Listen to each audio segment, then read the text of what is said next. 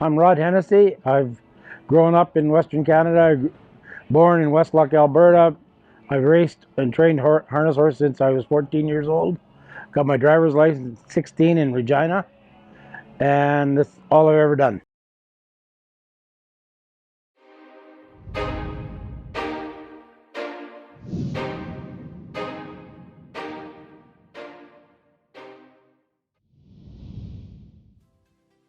We had a circuit when I was a kid. It used to be Regina, Saskatoon, Moose Jaw, a couple other little places there.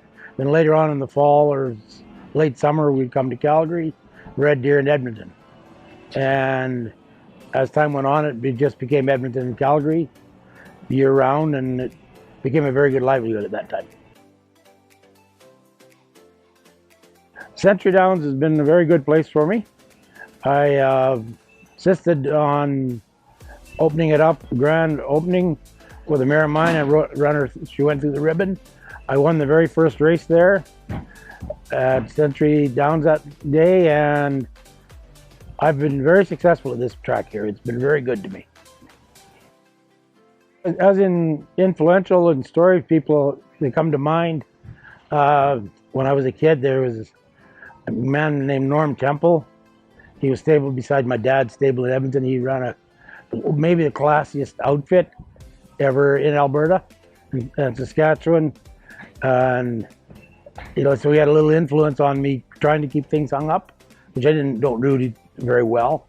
But and then when I first started driving, I watched Ray Remen and Jim Mohorich and Eddie Tracy a lot. And we drank with them, and sometimes if I kept quiet, I learned some things. And they were very good gentlemen.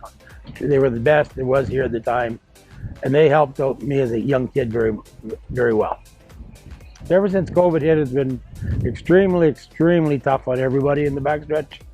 Horse racing is like dairy farming. You just can't lay your health off because there's no income coming from the horses. They got to be looked after. With no certain race dates, we've all had to keep our horses somewhat fit, which is a big expense to all the partners, owners, and there's nothing we could do. We didn't know on December 11th that we were going to be off till sometime in May. So we were training horses to get them ready for maybe a 6-week break, and we found out after 6 weeks we had to get some more time, and then the bills have rolled up completely.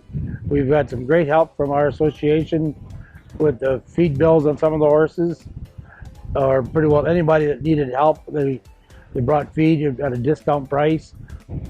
Our association has done everything they can do to help us with the COVID end of it, but we're still getting basically not heard through the government end of it. And I'm sure we're not the only ones in the world like that. We don't need a lot, we just need a little land.